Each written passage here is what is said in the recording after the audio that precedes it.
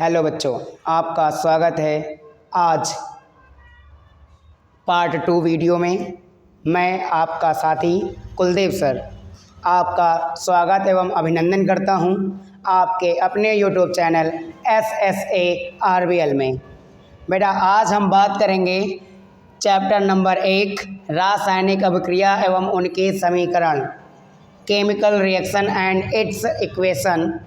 Part 2 की बात कर रहे हैं बेटा, क्योंकि पार्ट 1 की वीडियो आपको पहले हम उपलब्ध करा चुके हैं। मैंने बताया था कि आपको कुछ दिनों में ही पार्ट 2 की वीडियो अपलोड की जाएगी, तो आज आपको पार्ट 2 के बारे में बताया जाएगा। बात करते हैं बेटा, इसमें हमने फर्स्ट वीडियो थोड़ा प्रीवियस वीडियो पर हम थोड़ा बात कर ले रहे हैं। जैसे कि आप सभी को बताया था कि पार्ट 1 में आपको रासायनिक अभिक्रिया क्या होती है, रासायनिक अभिक्रिया क्या होती है और इनके प्रकार के बारे में बताया था। आज कुछ रिएक्शंस जो आपके पहले चैप्टर में बची हैं उनकी बात हम करेंगे। जैसे आपका पहला लेक्चर है ऊष्मा क्षेपी एवं ऊष्मा शोषी अभिक्रिया। ऊष्मा शोषी अभिक्रिया बेटा, इसको इंग्लिश में बोलते हैं एक्सोथर्मिक रिएक्शन एंड एंडोथर्मिक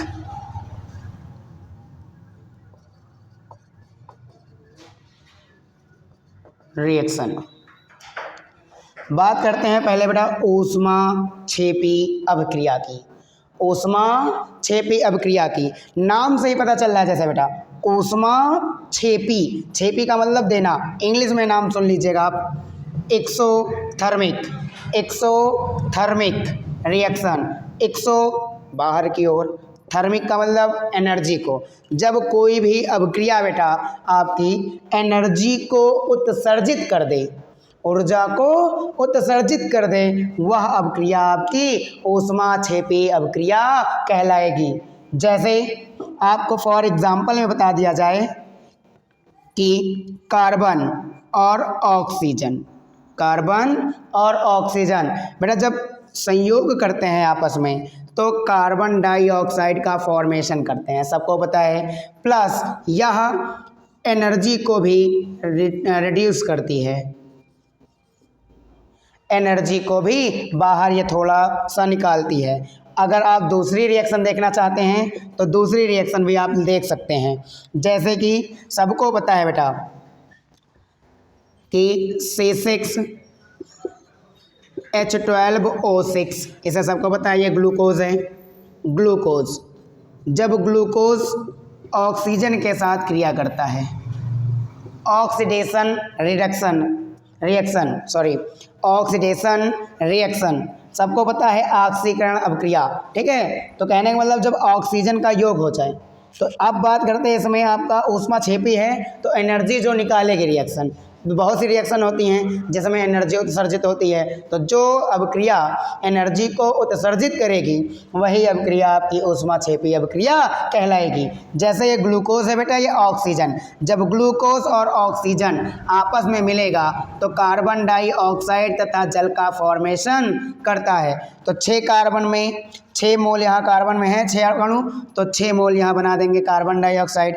अब 12 हाइड्रोजन है तो 6 दूनी 12। अब बात करते हैं बेटा बैलेंसिंग की, तो 6 ऑक्सीजन और यहाँ पे 6 दूनी 12, 12 6 18, 18 ऑक्सीजन इधर हैं, 6 2 8 ऑक्सीजन इधर है, 8 इधर हैं और 12 इधर हैं। अब बचा कितना, सॉरी इधर 18 है, तो अब इधर बचा 12, क्योंकि 18 है, 8 निकल जाएगा तो बचेगा 10। अब हुआ क्या इसमें, 6 दूनी 12, 12 6 18। अब टोटल इधर भी हो गया बेटा 18, 18 इधर 18 इधर, दोनों तरफ रिएक्शन क्या है, बैलेंस है। प्लस इधर सबको पता है बेटा 38 एटीपी के अणु उत्सर्जित होते हैं। ये बेटा एक एनर्जी है एडेनोसिन ट्राइफॉस्फेट के फॉर्म में आपके ही बॉडी में उत्सर्जित होती है जब आप श्वसन की क्रिया करते हैं। रेस्पिरेशन सिस्टम में आपकी ये अभिक्रिया होती है। आप करते क्या है, ग्लूकोज आपके शरीर में होता है, जब आप ऑक्सीजन लेते हैं, ग्रहण करते हैं, तो आप कार्बन डाइऑक्साइड तथा जल का फॉर्मेशन होता है और इसके साथ साथ 38 एटीपी के अणु बनते हैं। ये आपकी अभिक्रियाएं बेटा ऊष्माक्षेपी अभिक्रियाएं कहलाती हैं। फिर से आपको बता देते हैं कि ऊष्माक्षेपी अभिक्रिया क्या होती है। तो वह अभिक्रिया बेटा जो ऊष्मा को उत्सर्जित करती है वह अभिक्रिया ऊष्माक्षेपी अभिक्रिया कहलाती है। अब बात करेंगे बेटा ऊष्माशोषी की। ऊष्माशोषी अभिक्रिया, ऊष्माशोषी अभिक्रिया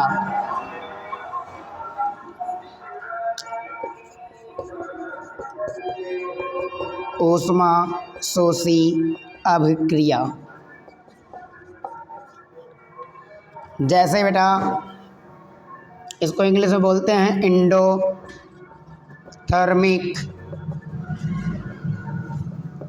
रिएक्शन। Endothermic reaction. अब बात करते हैं बेटा ऊष्माशोषी की। तो यानी कि ऊष्माशोषी, ऊष्मा का शोषण करने वाली। शोषण का मतलब है अवशोषण, अंदर की ओर एब्जॉर्ब कर ले एनर्जी को।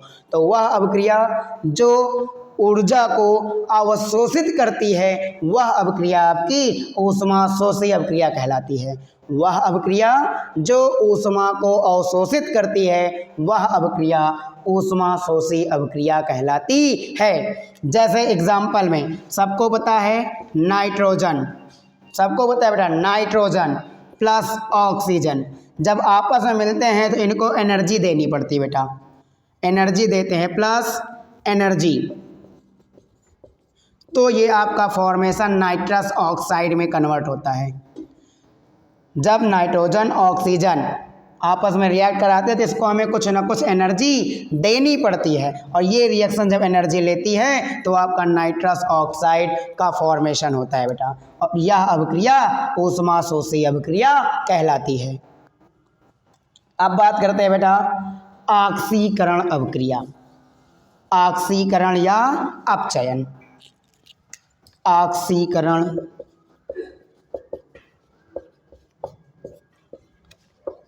या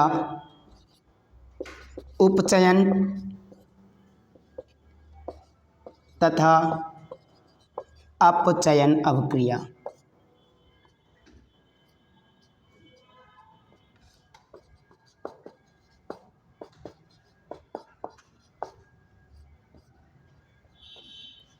इसे बेटा इंग्लिश में बोलते हैं oxidation, oxidation reaction and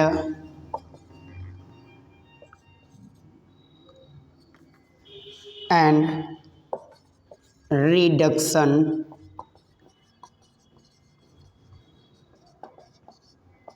reaction. बात करते हैं बेटा ऑक्सीडेशन एंड रिडक्शन अभिक्रिया की। तो ऑक्सीडेशन रिएक्शन यानी कि ऑक्सीकरण या उपचयन अभिक्रिया क्या है। बात करते हैं बेटा ऑक्सीकरण या उपचयन अभिक्रिया की। तो ऑक्सीकरण अभिक्रिया सिर्फ ऑक्सीकरण या उपचयन। तो बात करते हैं ऑक्सीकरण की। तो ऑक्सीडेशन में सबको पता है बेटा ऑक्सीडेशन मतलब ऑक्सीजन का योग, ठीक है। तो वह अभिक्रिया जिसमें ऑक्सीजन जुड़ता है और हाइड्रोजन निकलता है वह अभिक्रिया आपकी ऑक्सीकरण अभिक्रिया कहलाती है। जैसे बेटा जिंक ऑक्साइड, जैसे एग्जाम्पल में बेटा जिंक ऑक्साइड में जब कार्बन अटैच करेंगे तो ये जिंक आपका अलग और कार्बन मोनोऑक्साइड अलग। तो आपको पता है बेटा हुआ क्या है इसमें ऑक्सीकरण में, ऑक्सीकरण में ऑक्सीजन का योग, ठीक है। तो आपका हुआ क्या है इसमें ऑक्सीजन जो था वो कार्बन मोनोऑक्साइड में फॉर्मेशन हुआ है। बट जैसे आप यहाँ दूसरा एग्जांपल ले लेते हैं इसको छोड़ के, जैसे हाइड्रोजन और ऑक्सीजन, हाइड्रोजन और ऑक्सीजन जब फॉर्मेशन करेंगे तो H2O होता क्या है इसमें जल बन जाता है।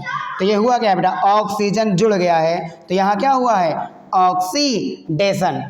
जब हाइड्रोजन और ऑक्सीजन आपस में जुड़ेगा तो जल का फॉर्मेशन होगा, तो यह अभिक्रिया आपकी ऑक्सीकरण या उपचयन अभिक्रिया कहलाएगी।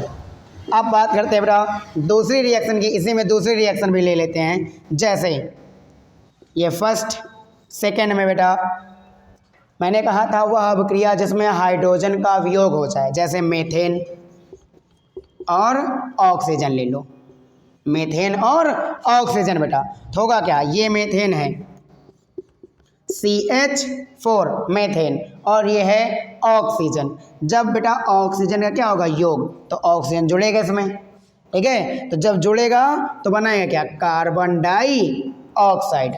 प्लस हमने कहा था बेटा वह अभिक्रिया जिसमें ऑक्सीजन जुड़ जाए हाइड्रोजन निकल जाए, तो होगा क्या, हाइड्रोजन 4 हैं यानी कि प्लस 2H2O, हाइड्रोजन ऑक्सीजन के साथ मिलके जल का फॉर्मेशन करके बाहर निकाल ले जाएंगे। तो यहाँ होगा क्या, कार्बन ऑक्सीजन के साथ मिलके कार्बन डाइऑक्साइड तथा हाइड्रोजन के साथ मिलके हाइड्रोक्साइड बना लेगा, ठीक है, हाइड्रेट। ये है आपका हाइड्रेट, हाइड्रेट ये है कार्बन डाइऑक्साइड।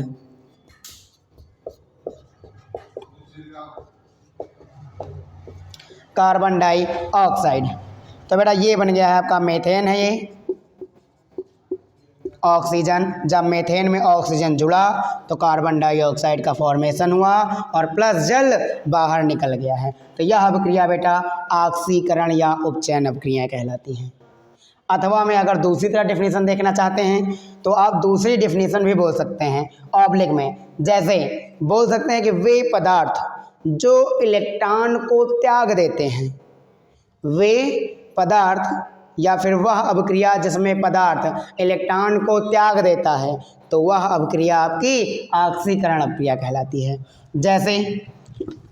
जैसे बेटा सबको पता है कि जैसे सोडियम होता है, सोडियम करेगा क्या, ये सोडियम प्लस बना लेगा और ये एक इलेक्ट्रॉन छोड़ देगा, तो बेटा वह अभिक्रिया, मैंने बोला ना अभी परिभाषा में कि वह अभिक्रिया जिसमें पदार्थ इलेक्ट्रॉन को छोड़ देता है, तो वह अभिक्रिया आपकी ऑक्सीकरण या उपचयन अभिक्रिया कहलाती है। जैसे कि सोडियम था, इसने एक इलेक्ट्रॉन को छोड़ा, सबको पता है जब कोई तत्व एक इलेक्ट्रॉन को छोड़ता है तो वो पॉजिटिव आयन और एक इलेक्ट्रॉन जो निकलता है वो नेगेटिव आयन, इलेक्ट्रॉन पे हमेशा नेगेटिव चार्ज होता है, इसलिए इलेक्ट्रॉन नेगेटिव और सोडियम पॉजिटिव, क्योंकि ये इलेक्ट्रॉन को क्या कर रहा है, छोड़ रहा है। जो इलेक्ट्रॉन को छोड़ेगा वो धनात्मक होता है और जो ग्रहण करता है वो ऋणात्मक होता है, सबको पता है बेटा ये। तो सोडियम एक इलेक्ट्रॉन निकल गया, तो ये अभिक्रिया जो होगी बेटा, ये अभिक्रिया आपकी ऑक्सीकरण या उपचयन अभिक्रिया कहलाएगी। अब बात करते हैं बेटा अपचयन अभिक्रिया की, बात करते हैं अपचयन अभिक्रिया की। अपचयन का मतलब है रिएक्शन इंग्लिश में बोलते हैं इसे। बात करते हैं बेटा इसके बारे में, तो वह अभिक्रिया जस्ट अपोजिट ऑक्सीकरण का कर दीजिएगा, वह अभिक्रिया जो हाइड्रोजन का योग करती है, वह अभिक्रिया जिसमें हाइड्रोजन का योग तथा ऑक्सीजन का वियोग, कहने का मतलब बेटा वह अभिक्रिया जिसमें हाइड्रोजन जुड़ जाए तथा ऑक्सीजन निकल जाए, कहने का मतलब है वह अभिक्रिया जिसमें हाइड्रोजन जुड़े ऑक्सीजन निकले, वह अभिक्रिया आपकी अपचयन अभिक्रिया कहलाएगी। जैसे एग्जाम्पल में HgO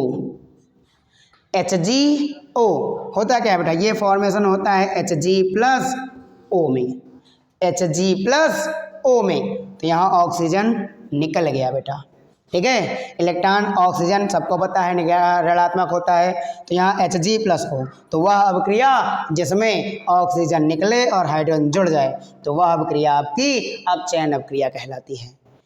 अगर दूसरी डेफिनेशन देखना चाहते हैं जैसे दूसरे डेफिनेशन में भी बोल सकते हैं, जैसे एग्जाम्पल डेफिनेशन सुनिएगा, बोल सकते हैं कि वह अभिक्रिया जो इलेक्ट्रॉन को ग्रहण करती हो, जो इलेक्ट्रॉन को ग्रहण करती हो, वह अवक्रिया अपचयन अवक्रिया कहलाती है।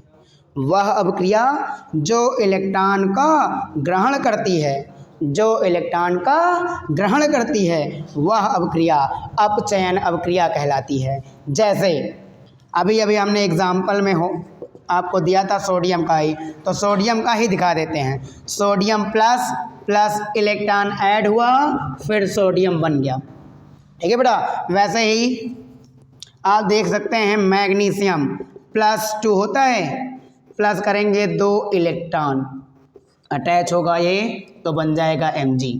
तो हो गया ना बेटा, हमने वही तो बताया कि वह अभिक्रिया जिसमें किसी पदार्थ में इलेक्ट्रॉन जुड़ते हों, जब इलेक्ट्रॉन जुड़ेगा तो जो अभिक्रिया होगी वह अभिक्रिया आपकी अपचयन अभिक्रिया कहलाएगी। जैसे Na+ इलेक्ट्रॉन आपका दिया गया और सोडियम धातु बाहर, वैसे इधर Mg+2 फिर 2 इलेक्ट्रॉन इसको दिए गए, क्योंकि 2 यहाँ पे इलेक्ट्रॉन निकले हुए थे तो बेटा 2 इलेक्ट्रॉन दिए जाएंगे, 2 इलेक्ट्रॉन दिया गया, Mg का फॉर्मेशन हो गया।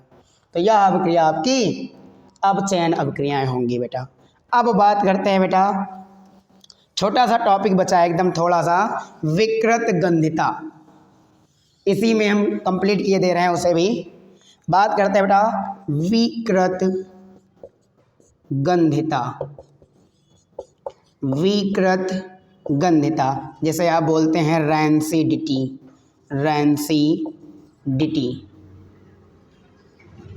रैंसिडिटी। विकृत गंधिता, विकृत गंधिता क्या है बेटा? सबको पता है विकृत गंधिता, किसी के गंध में विकृत आ जाए, कहने का मतलब है परिवर्तन।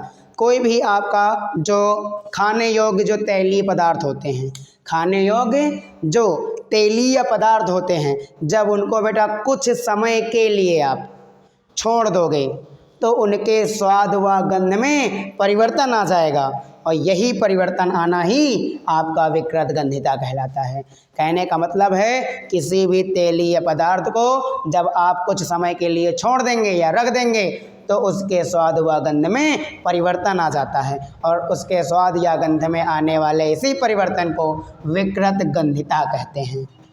जैसे आप लोगों को पता होगा, कोई भी आप तेल है लंबे समय के लिए छोड़ देते हैं तो बेटा उसके स्वाद में, टेस्ट में परिवर्तन आ जाता है, उसके स्मेल में भी। तो वही जो परिवर्तन होता है वही आपका विकृत गंधिता कहलाता है, जैसे इंग्लिश में रैंसिडिटी बोलते हैं। ठीक है बेटा।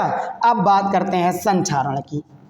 संक्षारण, संक्षारण का मतलब होता है कोरोजन, इंग्लिश में बोलते हैं कोरोजन। संक्षारण का मतलब है कोरोजन। अब संक्षारण का मतलब समझते हैं, संक्षारण मतलब होता क्या है। कहने का मतलब है संक्षरण, किसी भी धातु में होने वाला क्षरण ही संक्षारण कहलाता है। कहने का मतलब है जब किसी भी धातु को, जब किसी भी धातु को नम व वायु की उपस्थिति में, नमी व वायु की उपस्थिति में आप रखते हैं, जब किसी धातु को नमी व वायु की उपस्थिति में रखते हैं तो उसमें आपका कुछ ना कुछ क्षरण होने लगता है। जैसे आप लोहा ले लें, लोहा जब कुछ ना कुछ क्षरण होगा तो वो आपका क्या कहलाएगा बेटा? संक्षारण, मतलब हार्श होने लगेगा, कमी आने लगेगी कुछ ना कुछ। जैसे लोहा है, लोहे को जब बेटा आप नमी व वायु की उपस्थिति में रख देते हैं तो उसमें जंग लगने लगता है, तो लोहे में जंग लगने की जो प्रक्रिया होती है वही बेटा संक्षारण कहलाती है। तो लोहे में जंग लगना संक्षारण कहलाता है। ठीक है बेटा। तो बात करते हैं आज के लिए यहीं पर। हाँ, आई होप ये वीडियो आपके लिए यूज़फुल रहा होगा। मैं आशा करता हूँ कि आपको बेहतर समझ में आया होगा। तो मैं आपसे विनम्र निवेदन करूँगा कि आप मेरे चैनल को ज़्यादा से ज़्यादा सब्सक्राइब करें, इस वीडियो को दूसरे के पास शेयर करें और बेल आइकन की घंटी को दबाना ना भूलें, जिससे कि मेरे वीडियो जो हैं वो आपके पास सबसे पहले पहुँच सकें। धन्यवाद।